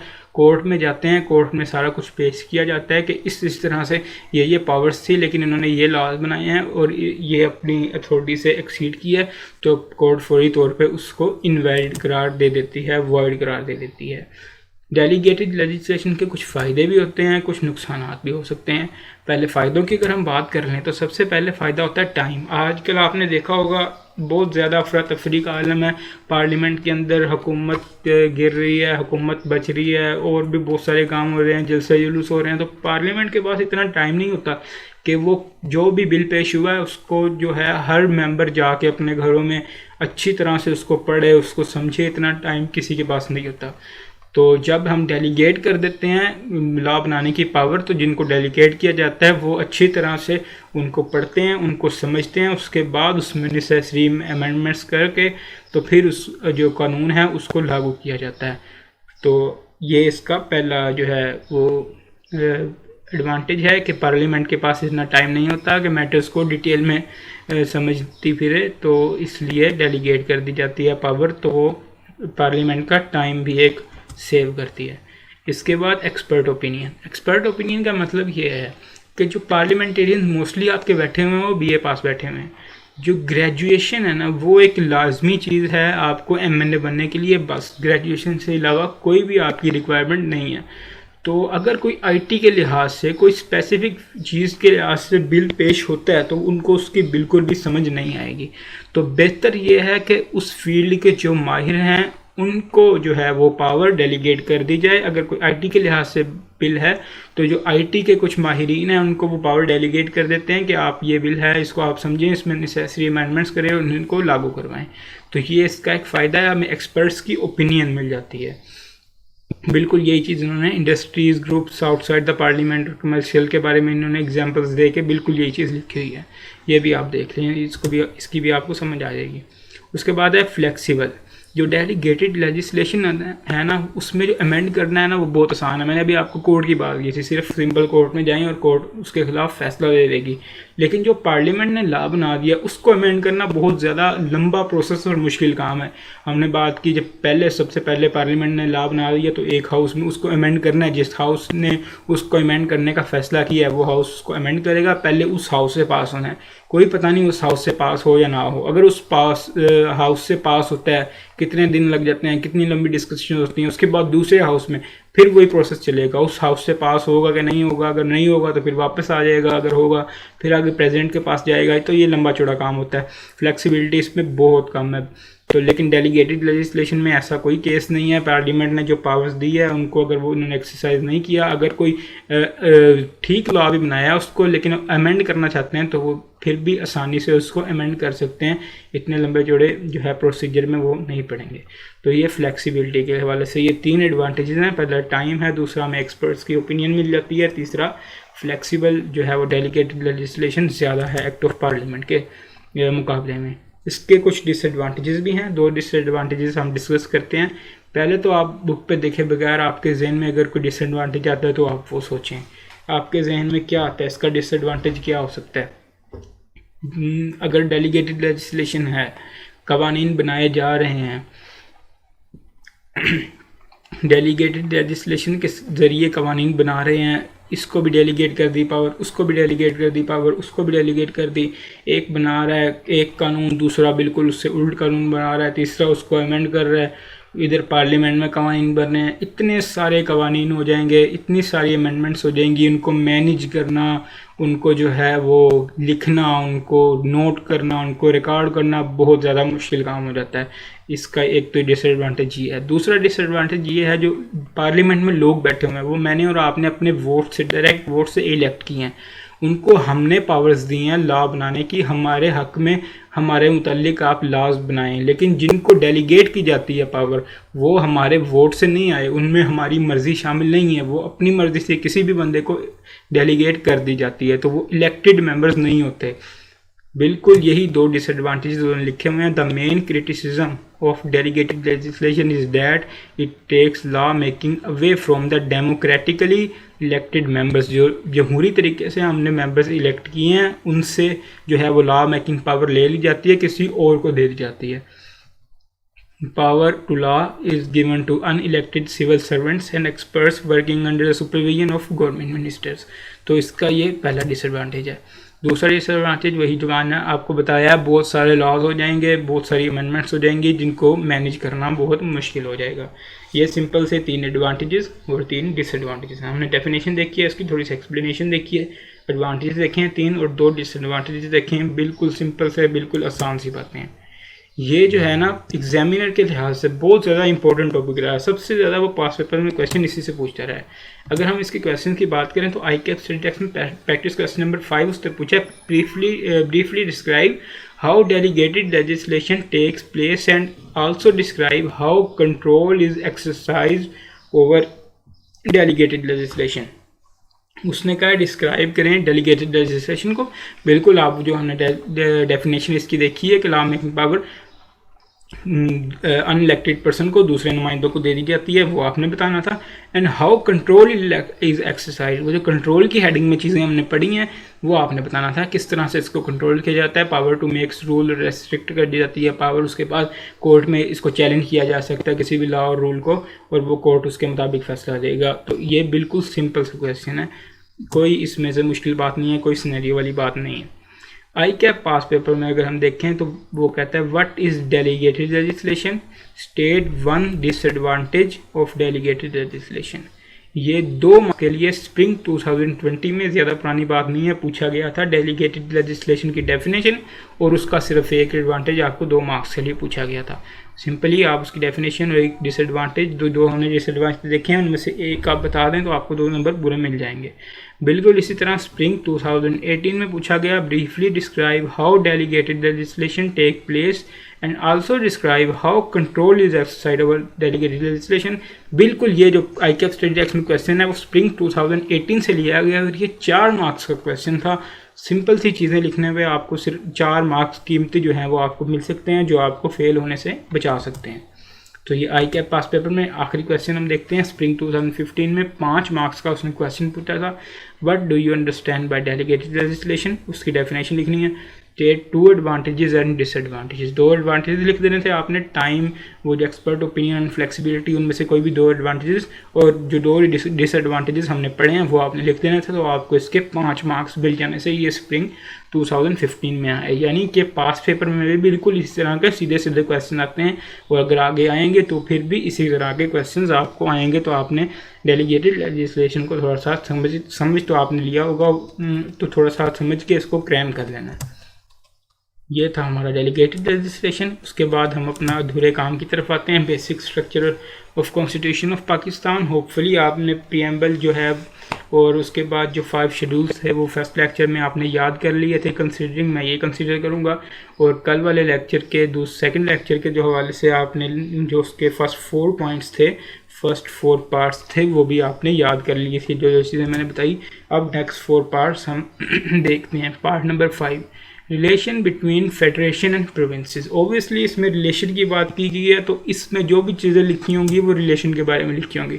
डिस्ट्रीब्यूशन ऑफ लेजिस्लेटिव पावर्स, हमने भी देखा पार्लियामेंट के पास लॉ बनाने की पावर होती है, लेकिन कल मैंने आपको थोड़ा थोड़ा ये भी बताया था कि जो है प्रोविंस के लिहाज से प्रोविंशियल असम्बलीज, गवर्नर और वज़ीर आला भी बैठे हुए होते हैं, तो प्रोविंशियल असम्बलीज के पास भी प्रोविंसेस की हद तक लॉ बनाने की पावर होती है। उन लेजिस्लेटिव पावर्स को किस तरह डिस्ट्रीब्यूट किया गया है जो है हमारी पार्लियामेंट और प्रोविंशियल असम्बलीज के दरमियान, वो सारा कुछ पार्ट 5 में लिखा हुआ है। डिस्ट्रीब्यूशन इट आप बताएंगे, it consist of distribution of legislative powers. उसके बाद एडमिनिस्ट्रेटिव रिलेशंस, दोनों के दरमियान रिलेशन, फेडरेशन और प्रोविंस के बारे में रिलेशन की बात होगी।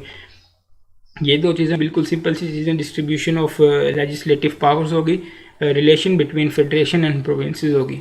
ये पार्ट 5 है, इसमें ये 2 चीज़ें शामिल होंगी। और उसके बाद जो है special provision related to council of common interest, national economic council, broadcasting and telecasting etc। तो इनमें से आपने 2 से 3 चीज़ें आपने याद करके ये लिख देनी है। अगर 2 मार्क्स के लिए क्वेश्चन पूछा जाए तो सबसे पहले आपने बता देना है कि distribution of legislative, it consist of distribution of legislative powers, it consist of administrative relations between federation and provinces, और ये it consist of special provisions relating to, इनमें से कोई सी भी 2 या 3 चीज़ें लिख के उसके बाद आपने ATC लगा देना, तो आपको इंशाल्लाह इसके 4 मार्क्स पूरे मिल जाएंगे।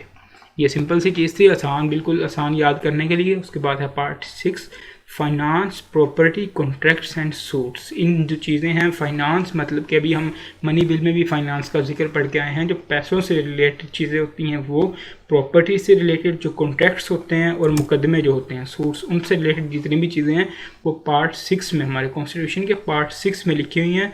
तो इसमें क्या क्या चीज़ें शामिल हैं? Distribution of revenues between the federation and the provinces. Obviously इसमें कॉन्ट्रैक्ट्स की बात हो रही है, तो कॉन्ट्रैक्ट्स में रेवेन्यू तो बिल्कुल आएगा। रेवेन्यू जो भी आता है, जो भी हम कमाई करती है हुकूमत, जो भी टैक्सेस से कमाती है, जो भी और ज़राए से कमाती है, उनको किस तरह से डिस्ट्रीब्यूट किया जाएगा फेडरेशन और प्रोविंसेस के बीच प्रोविंसेस को क्या हिस्सा दिया जाएगा, फेडरेशन को क्या हिस्सा दिया जाएगा, वो सारा कुछ इसमें लिखा हुआ है। फेडरेशन और प्रोविंशियल गवर्नमेंट्स किस किस तरीके से बोर्डिंग्स करेगी, कहाँ कहाँ से वो बोर्डिंग कर सकती हैं, किस तरह से वो बोर्डिंग करेगी, मतलब उधार लेगी अगर उसे उधार लेने की ज़रूरत पड़ती है, जिस तरह की हमारी गवर्नमेंट IMF के पास जाती है, वर्ल्ड बैंक के पास जाती है, किसी कंट्री से उधार लेती है। इंटरनल बोर्डिंग्स भी हमारी होती हैं, हम अपने बैंक से उधार भी लेती है हमारी government. Appointment powers and function of auditor general of Pakistan, Pakistan के ऑडिटर जनरल को किस तरह अपॉइंट किया जाएगा, उसकी पावर्स क्या होंगी, उसके फंक्शंस क्या होंगे, ये सब भी इसी पार्ट में लिखा हुआ है। Provisions regarding proper contract liabilities and suits, ये जो ऊपर इसकी हेडिंग लिखी है तकरीबन वही चीज़ें इसने इधर बता दी हैं, इनके हवाले से प्रोविजंस इसमें शामिल होगी। अगर 2 मार्क्स का क्वेश्चन वो आपसे पूछता है, ये सारी चीज़ें आप लिखते हैं, आपको 2 मार्क्स मिल जाएंगे। बिल्कुल आसान सी चीज़ें हैं, कोई ज़्यादा आपको मुश्किल नहीं होगी इनको याद करने में। या उसके बाद है जुडिकेचर, इसमें आती है इस्टेब्लिशमेंट्स। इस्टेब्लिशमेंट्स क्या होती है, वो इदारे जो कवानीन को लागू करने में मदद कर रहे होते हैं, वो सारे इदारे इस्टेब्लिशमेंट होते हैं। मोस्टली तो हम यही कंसिडर करते हैं, जैसे हम पॉलिटिक्स में सुनते हैं कि इस्टेब्लिशमेंट फौज है, सब बिल्कुल भी नहीं है। जो भी अदारे कवानीन को लागू करने में मदद कर रहे हैं वो इस्टेब्लिशमेंट होते हैं। जुडिकेचर में जो पार्ट 7 है उसमें इस्टेब्लिशमेंट्स आएंगी, उसमें function of courts, supreme court, high court, उनकी पावर, उनके जजेस कैसे अपॉइंट होंगे, उनके हवाले से general provision, contempt of court, जितनी भी कोर्ट के लिहाज से चीज़ें हैं वो सारी आएंगी पार्ट 7 में, क्योंकि कोर्स भी एक किस्म का हमारा जो है वो इस्टेब्लिशमेंट्स का हिस्सा है। सबसे छोटा ये आई थिंक पार्ट 6 और पार्ट 7 और पार्ट 8 बिल्कुल छोटे हैं। 2 मिनट या 3 मिनट आपको लगेंगे ज़्यादा से ज़्यादा इसको याद करने में। पार्ट 8 में इलेक्शंस हैं, सिर्फ एक लाइन है इलेक्शंस के बारे में। जो इलेक्शन होते हैं, जो भी प्रोसीजर होता है इलेक्शन का, उसमें चीफ इलेक्शन कमिश्नर इन्वॉल्व होता है, इलेक्शन कमीशन इन्वॉल्व होता है पूरा। उनके मुतालिक जो इलेक्टोरल्स उनके लॉ हैं, उनके कंडक्ट ऑफ इलेक्शंस है, जितनी भी इलेक्शन की चीज़ें हैं वो सारी पार्ट 8 में लिखी हुई हैं, क्योंकि पार्ट 8 का नाम ही इलेक्शंस है। ये 4 पॉइंट्स जो आपने हैं ये आज याद करने हैं, और जो पीछे आपने पिछले 4 पॉइंट्स याद किए थे उनको रिवाइज़ करना है। प्रीएम्बल और 5 शेड्यूल्स जो याद किए थे उनको रिवाइज़ करना है, और ये आपने 4 पॉइंट्स जो आज हमने पढ़े हैं इनको क्रैम करना है। बिल्कुल सिंपल से पॉइंट्स हैं। इसके हवाले से अगर हम क्वेश्चन देखें तो स्प्रिंग 2021 में बिल्कुल भी ज़्यादा पुरानी बात नहीं है, उसने 2 मार्क्स के लिए पार्ट 6 पूछा था, finance, property, contracts and suits. तो वो जो भी उधर चीज़ें लिखी हुई हैं, जो भी आपको बता दी हैं, वो आपने लिखते नहीं थे तो आपको इसके 2 मार्क्स मिल जाने थे। कोई भी ज़्यादा समझने की बात नहीं है इसमें, ज़्यादा सारी क्रैमिंग वाली बात है, बस आपने इसको क्रैम कर लेना है। उसके बाद ऑफर, एक्सेप्टेंस एंड रेवोकेशन, ये हमारा चैप्टर नंबर 2 है। हमारा चैप्टर नंबर 1 कंप्लीट हो गया, सिर्फ अब हमारे आखिरी 4 पार्ट्स रह गए हैं जो हम अपने कल के लेक्चर में इंशाल्लाह कंप्लीट करके चैप्टर 1 को फाइनली क्लोज कर देंगे। वो 4 पार्ट्स या लास्ट आपने वो भी याद कर लेने हैं। इस तरह से आपका वो जो पूरा जो है वो पार्ट्स और शेड्यूल जो है आपके और वो मेंबर आपको सारा याद हो जाएगा, तो फिर अगर आपको कोई मुश्किल ज़्यादा नहीं होगी पेपर के हवाले से, आपकी टेंशन काफ़ी हद तक कम हो जाएगी। क्योंकि बहुत सारे बच्चे इस चीज़ को छोड़ देते हैं, हम थोड़ा थोड़ा करके इसको साथ लेके चले, थोड़ा थोड़ा हमने याद किया, वो फुली आप लोगों ने इसको याद किया होगा। अब आगे भी आपने साथ साथ चलना है, इसको जो जो चीज़ें मैं आपको बता रहा हूँ आपने वो चीज़ें साथ साथ अपने याद करते जाना है। अब हम चैप्टर 2 की थोड़ी सी बात कर लेते हैं। हम चैप्टर 2 में सिर्फ और सिर्फ बात करेंगे इंट्रोडक्शन के बारे में, छोटी छोटी इंट्रोडक्शन देंगे। चैप्टर 2 है कॉन्ट्रैक्ट एक्ट 1872 के बारे में। जो कॉन्ट्रैक्ट एक्ट 1872 है ना, वो चैप्टर 2 से हमारा स्टार्ट होगा और वो चैप्टर 10 तक जाएगा। ये 8 चैप्टर हमारे कॉन्ट्रैक्ट एक्ट 1872 के हवाले से हैं, जो कि सितंबर 1872 से एप्लीकेबल है। ये 2 चीज़ें आपको MCQ में पूछ सकता है, कब से एप्लीकेबल है, सितंबर, अक्टूबर, नवंबर, दिसंबर 1872 के ऑप्शन देगा, तो आपने सितंबर 1872 पे क्लिक कर देना है। जो चीज़ें हमें 1872 कॉन्ट्रैक्ट या फिर हमारा ऑफर, एक्सेप्टेंस एंड रेवोकेशन के चैप्टर के सिनेरियोज अगर कोई आते हैं सॉल्व करने में और इस चैप्टर को समझने में, जो टर्म्स हमें हेल्प करेंगी, वो उन टर्म्स के बारे में मैं थोड़ी सी बस बात करूंगा आज। 3 से 4 टर्म्स हैं, उनके बाद बात करके हम अपने लेक्चर को क्लोज करेंगे। जो पहली टर्म है वो प्रपोजल है। इस प्रपोजल को हम ऑफर भी कहते हैं। ऑफर का मतलब क्या होता है? हाँ, एक इंसान दूसरे इंसान से उसकी मंजूरी लेता है किसी भी काम को करने या किसी काम को रोकने के लिए, तो उसको हम ऑफर कहते हैं। For example, mister A mister B को कहता है कि मैं आपको क्या आप मुझसे 50,000 की मेरी बाइक लेंगे, या अगर आप मेरी बाइक मुझसे खरीदेंगे तो मैं आपको 50,000 रुपीज़ पे करूँगा बाइक के बदले में। 50,000 रुपीज़ सॉरी आपसे लूँगा, 50,000 रुपीज़ में मैं आपको अपनी बाइक फ़रोख्त करूँगा। ये उसने ऑफ़र की है, 50,000 रुपीज़ में अपनी बाइक फ़रोख्त करने की उसने उसको मिस्टर बी को ऑफ़र की है। तो ये एक किस्म की ऑफ़र होगी, ये काम करने की ऑफ़र है, काम ना करने की ऑफ़र भी हो सकती है। फॉर एग्ज़ाम्पल मैं आपको 50,000 रुपीज़ पे करूँगा अगर आप फ़लाँ कंपनी को ये सॉफ्टवेयर बेच रहे हैं, ये सॉफ्टवेयर ना बेचें। अब है तो ये ऑफ़र, लेकिन उसे किसी काम करने की ऑफ़र नहीं दे रहा, उसे किसी काम से रोकने की ऑफ़र दे रहा है। तो when one person signifies to another his willingness to do or to abstain from doing anything with a view to obtaining the assent of that other to such act or abstinence, he is said to make a proposal। और proposal is also called an offer। proposal को offer भी कहते हैं। बिल्कुल वही बात जो मैं आपको समझाई, मंजूरी ले रहा हो कोई भी शख्स किसी भी दूसरे शख्स से किसी काम, उसको किसी काम करने की या करने से रोकने की एसेंट ले रहा हो, उसको हम ऑफ़र कहेंगे। जो बुक में आपकी एग्जांपल दी है उन्होंने लिखा है Adeel offers to buy bike from Babar for Rs 50,000। Adeel ने बाबर को ऑफ़र की, मैं आपको 50,000 रुपीज़ दूंगा, बदले में आप मेरी बाइक जो है वो सेल कर दें, अपनी बाइक, मेरी बाइक मुझसे बाय कर लें। बाबर की बाइक बाई करने के लिए 50,000 की ऑफ़र की। आप अगर मुझे बाइक देंगे तो मैं आपको उसके बदले में 50,000 रुपये दूंगा। तो अदील ने ऑफ़र दी है, प्रपोजल दिया है बाबर को। तो ये एक ऑफ़र की एग्जांपल है। सिंपल सी बात है, ये तो लॉजिकल सी बात हम अपने रोज़मर्रा ज़िंदगी में भी देख रहे होते हैं ऑफ़र की। मेरा ख्याल से इसको और ज़्यादा एक्सप्लेन करने की और ज़्यादा टाइम वेस्ट करने की इस पर ज़रूरत नहीं है। अगर कोई भी काम से रोकने या कोई भी काम करने देने के लिए किसी की मंजूरी हम लें तो उसको हम ऑफ़र कहेंगे। जैसे बाइक ख़रीदने की यहाँ पे अदील जो है वो ऑफ़र कर रहा है बाबर को, तो ये प्रपोज़ल है। अगर प्रपोज़ल के साथ एक्सेप्टेंस मिल जाए, जिसने ऑफ़र की थी कि 50,000 की बाइक ख़रीदनी है, उसने जिसको ऑफ़र की थी बाबर को, उसने अगर वो ऑफ़र एक्सेप्ट कर ली तो ये प्रॉमिस बन गया। ये भी जनरल सी बात है, कोई इसमें रॉकेट साइंस नहीं है, कोई आपको समझाने की इतनी ज़्यादा ज़रूरत नहीं है कि मैंने ऑफ़र की है 50,000 की आपकी बाइक ख़रीदने की, आपने ऑफ़र एक्सेप्ट कर लिया, ठीक है 50,000 दो और मेरी बाइक ले लो, ये प्रॉमिस बन गया। ये ऑफ़र आपने एक्सेप्ट कर ली तो ये प्रॉमिस बन गया। बिल्कुल वही उसने एग्जांपल उठा के प्रॉमिस के हवाले से चेंज कर दिया। Adeel offers to buy a bike from Babar for Rs 50,000 to which Babar response positively. Here Adeel has made an offer and Babar has accepted it. Adeel ने ऑफ़र की और बाबर ने इसको एक्सेप्ट कर लिया, तो ये बन गया प्रॉमिस। तो प्रॉमिस बन गया। अब दो लोग इसमें इन्वॉल्व हैं, एक तो अदील है, एक बाबर है। अदील वो है जिसने ऑफ़र दी थी, बाबर वो है जिसने ऑफ़र एक्सेप्ट किया, जिसके बाद ये प्रॉमिस बन गया। जो अदील होगा उसको हम प्रॉमिसर कहेंगे या फिर ऑफरर कहेंगे, और जो बाबर होगा उसे हम प्रॉमिसी कहेंगे या ऑफरी कहेंगे। जिसने ऑफ़र दी है वो ऑफरर होगा, जिसने ऑफर एक्सेप्ट की है उसको प्रॉमिस बनाया है वो ऑफरी होगा। ऑफरी को हम प्रॉमिसी भी कहते हैं और ऑफरर को हम प्रॉमिसर भी कहते हैं। इन नामों से आपने बिल्कुल भी कंफ्यूज नहीं होना। अगर पेपर में आ जाए, प्रॉमिसर और ऑफरर का एक ही मतलब है, प्रॉमिसी और ऑफरी का एक ही मतलब है। तो एग्रीमेंट, इसके बाद प्रॉमिस की हमने बात कर ली, प्रॉमिसर की बात कर ली, प्रॉमिसी की बात कर ली, सिंपल सी डेफिनेशन, ऑफर की बात कर ली, ऑफर क्या होती है। अब एग्रीमेंट की बात करते हैं। एग्रीमेंट क्या होता है, देखें सबसे पहले हमने ऑफ़र की। ऑफ़र किसी भी काम के करने या करने के लिए उसकी मंजूरी लेना या उसको रोकने के लिए उसकी मंजूरी लेना, ये ऑफ़र थी। उसके बाद हमने प्रॉमिस देखा। प्रॉमिस क्या होता है, अगर ऑफ़र के साथ एक्सेप्टेंस मिल जाए, प्रपोजल के साथ एक्सेप्टेंस मिल जाए तो वो प्रॉमिस बन जाता है। उसके बाद हमने प्रॉमिसर एंड प्रॉमिसी देखा। प्रॉमिसर वो होता है जिसने ऑफ़र दी होती है और प्रॉमिसी वो होता है जिसने ऑफ़र एक्सेप्ट करके उसको प्रॉमिस बना लिया होता है।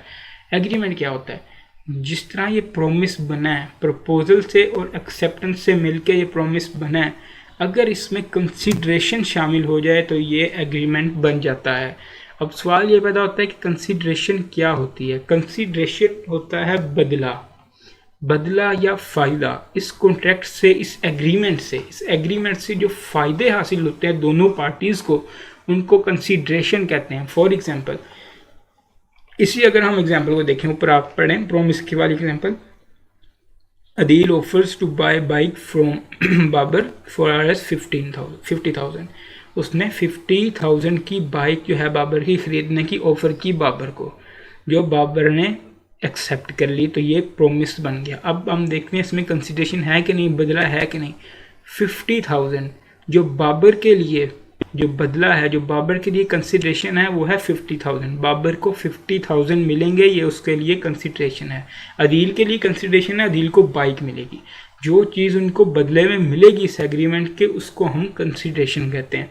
तो इसमें कंसिडरेशन नज़र आ रही है। तो फॉर फाइनली ये प्रोमिस से एग्रीमेंट में कन्वर्ट हो चुका है। ये जो हमारा ऊपर प्रोमिस था, ये एग्रीमेंट में कन्वर्ट हो चुका है अगर इसमें कंसिडरेशन भी शामिल हो गई है।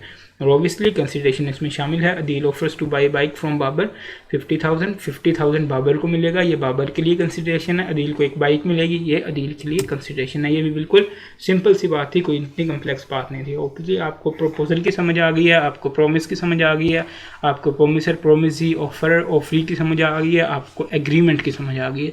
अगर इनमें से कोई चीज़ आपको समझ नहीं आती, आप मुझसे कोई क्वेश्चन है आप वो पूछ सकते हैं। उसके बाद बात करते हैं कॉन्ट्रैक्ट के बारे में। एग्रीमेंट तक आपने पढ़ लिया, एग्रीमेंट कैसे बना, प्रोमिस जो था उसमें कंसिडरेशन अगर ऐड हो जाए तो एग्रीमेंट बन जाता है।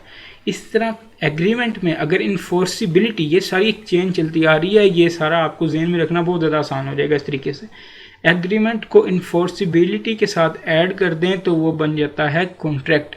अब इन्फोर्सिबिलिटी क्या होती है? इन्फोर्सिबिलिटी जो होती है वो होती है law, enforceable by law, legal obligation.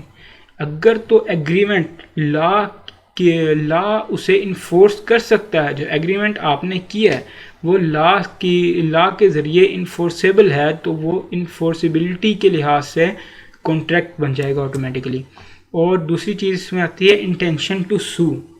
मतलब कि अगर आप कोई एग्रीमेंट कर रहे हैं तो आपकी इंटेंशन होनी चाहिए उससे इन्फोर्स बाय लॉ करने की।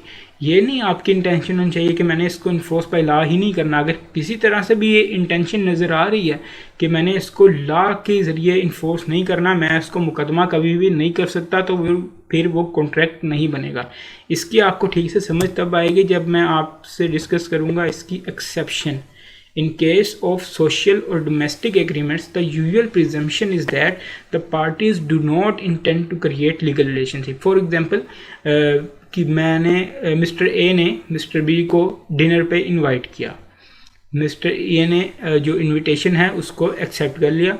अब मिस्टर जो बी है जिसको इनवाइट किया गया था, उसने जो वो इनविटेशन एक्सेप्ट कर लिया, एक तरह से ये प्रॉमिस तो बन गया, एग्रीमेंट भी बन गया। उसने ऑफ़र की थी, उसने एक्सेप्ट कर ली, लेकिन एग्रीमेंट ये नहीं बना क्योंकि इसमें कंसिडरेशन नहीं है। तो एक किस्म का ये प्रॉमिस बन गया। लेकिन अगर वो डिनर ना दे या उसको डिनर से 5 मिनट पहले फ़ोन करके सॉरी डिनर कैंसिल हो गया, तो मिस्टर बी जो है वो उसको सू नहीं कर सकता, उस पर मुकदमा नहीं कर सकता। क्यों?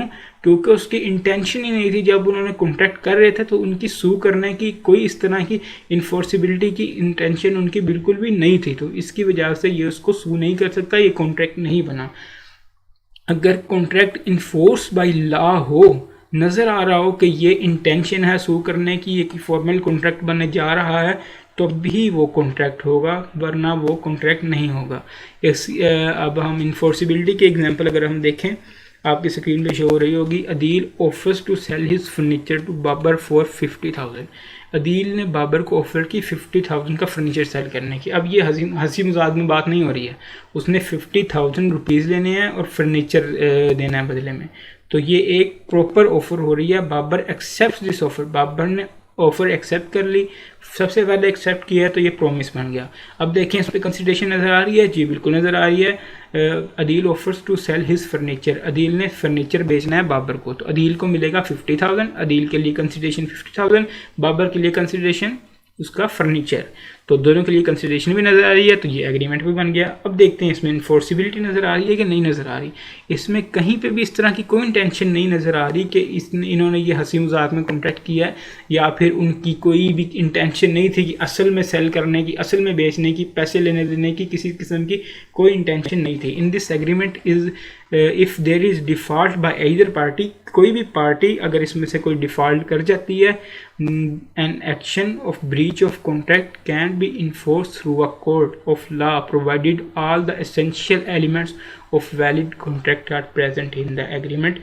जितने भी essential elements हैं जो इसके कॉन्ट्रैक्ट के, वो सारे इस जो ऑफ़र में है ये प्रेजेंट हैं। फॉर एग्जांपल इसमें ये प्रॉमिस बन रहा है, इसमें ऑफ़र थी, इसमें एक्सेप्टेंस हुई, ये प्रॉमिस बना, उसके बाद इसमें कंसिडरेशन थी जिसकी वजह से एग्रीमेंट बना, और ये एग्रीमेंट इन्फोर्स बाय लॉ था क्योंकि इसमें इंटेंशन थी दोनों की पार्टीज़ की एक दूसरे को सू करने की। अगर ये एग्रीमेंट जो है कोई पार्टी कन्फर्म नहीं करती जिसकी वजह से ये कॉन्ट्रैक्ट बन गया। अगर यहीं पे एक और चीज़ मैं इसकी एक्सेप्शन में जिक्र करता जाऊँ, जो सोशल एंड स्टिक एग्रीमेंट्स हैं मोस्टली इनमें प्रिज्यूम होता है कि जो है ये लीगल रिलेशनशिप क्रिएट करने की जो है किसी किस्म की कोई इंटेंशन दोनों पार्टीज़ की नहीं है।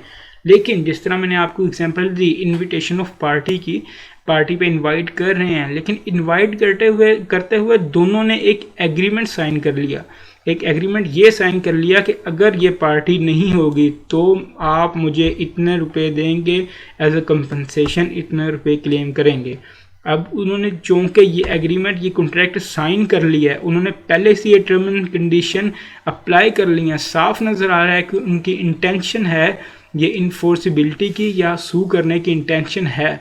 तो फिर ये जो है ये सोशल एंड डोमेस्टिक एग्रीमेंट भी जो है कॉन्ट्रैक्ट का हिस्सा बन जाएगा। सोशल और डोमेस्टिक एग्रीमेंट कॉन्ट्रैक्ट का हिस्सा उस वक्त नहीं होते जब तक हमारी इंटेंशन हो कि कोई लीगल रिलेशनशिप क्रिएट हमने इसको नहीं करना। अगर हमारी इंटेंशन है लीगल रिलेशनशिप क्रिएट करने की, सू करने की इंटेंशन है, लॉ की तरफ से इन्फोर्स्ड लीगल ऑब्लिगेशन क्रिएट करने की कोई हमारी इंटेंशन है, तो फिर ही वो कॉन्ट्रैक्ट बनता है। अगर आपको कॉन्ट्रैक्ट की इस वक्त पूरी तरह से समझ नहीं आई है तो आपने बिल्कुल परेशान नहीं होना, क्योंकि हमने अभी सारे जो है एसेंशियल्स हैं कॉन्ट्रैक्ट के वो देखने हैं, हमने सारे सिनेरियोज देखने हैं, हमने इसकी मज़ीद डेफिनेशंस देखनी है। तो कॉन्ट्रैक्ट की आपने फिल वक्त टेंशन नहीं लेनी, कॉन्ट्रैक्ट को हमने डिटेल से देखना है।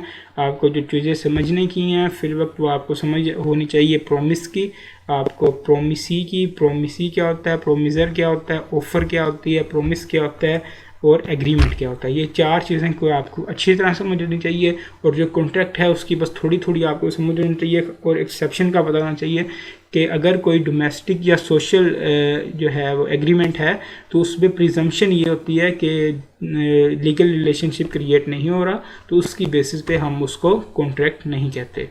तो ये 2-3 चीज़ों का आपको पता होना चाहिए। कल इंशाल्लाह हम डिटेल से इस चैप्टर 2 पे बात करेंगे। इसको आपने याद बिल्कुल भी नहीं करना, जो चैप्टर 2 का भी मैंने आपको हिस्सा बताया, आपने सिर्फ एक बार इसको पढ़ लेना है कि आपको चीज़ें समझ आ गई हैं कि नहीं। आपने जो याद करना है वो हमारे जो 4 शेड्यूल्स हैं जो मैंने आपको बताए, 4 पार्ट्स हैं जो मैंने आपको पढ़ाए, वो याद करने हैं। डेलीगेटेड लेजिस्लेशन आपने याद करना है। उसके अलावा जो उससे पहले मैंने आपको जितना भी पढ़ाया वो सारा आपने याद करना। ये जो चैप्टर 2 वाला हिस्सा है ये आपने याद नहीं करना, एग्रीमेंट तक आपने चीज़ों को समझना है, कॉन्ट्रैक्ट को आपने सिर्फ थोड़ा सा पढ़ना है। अगर आपको इसको समझ आ रही है, इसको समझ आ गई है तो ठीक है, अगर समझ नहीं आई है तो बिल्कुल परेशान नहीं होना, क्योंकि ये अभी मैंने कम्प्लीटली आपको अच्छे तरीके से और डिटेल से नहीं पढ़ाया, क्योंकि मैंने इसके एक भी एसेंशियल का जिक्र नहीं किया। और ये जो एग्जांपल है इसकी, इसके एंड पे लिखा हुआ है the essential elements of a valid contract are present, जिसकी अभी आपको बिल्कुल भी समझ नहीं आएगी कि एसेंशियल एलिमेंट्स इसके वैलिड कॉन्ट्रैक्ट के इसमें किस तरह से प्रेजेंट है। तो आपने इसके लिए परेशान नहीं होना, बाकी चीज़ों को आपने समझ लेना है। इंशाल्लाह हम कल आपके 3rd लेक्चर के साथ मिलते हैं, जिसमें हम कॉन्ट्रैक्ट की बात करेंगे, कॉन्ट्रैक्ट के एसेंशियल्स की बात करेंगे। उसके बाद हम क्वेश्चंस भी देख रहे होंगे इंशाल्लाह। ऑफर और एक्सेप्टेंस के लिहाज से अगर कोई क्वेश्चन हमारे सामने आएगा, हम सिनेरियोज़ किस तरह सोल्व करना है। कल वाला लेक्चर हमारा बहुत ज़्यादा इंपॉर्टेंट लेक्चर होने वाला है। हम सिनेरियोज़ की पहली बार बात करने वाले हैं। बहुत सारे स्टूडेंट्स को एंड तक नहीं समझ आ रही होती है सिनेरियो सोल्व किस तरह करना है, सिनेरियो में क्या लिखना है, क्या तरीका है सिनेरियो सोल्व करने का। तो कल हम सिनेरियो पे भी बात करेंगे इंशाल्लाह। हमारे सामने सिनेरियोज आ रहे होंगे और हम कॉन्ट्रैक्ट पे तफसील से, कॉन्ट्रैक्ट के जो एसेंशियल वगैरह है वो सारे तफसील से देखेंगे। होपफुली आज के लेक्चर की आपको समझ आई है। अगर कोई चीज़ आपको इसके अलावा समझ नहीं आती तो आप वो मुझसे पूछ सकते हैं। खुदा हाफिज़। इंशाल्लाह कल आपके नेक्स्ट लेक्चर के साथ मुलाकात होती है। अल्लाह हाफिज़।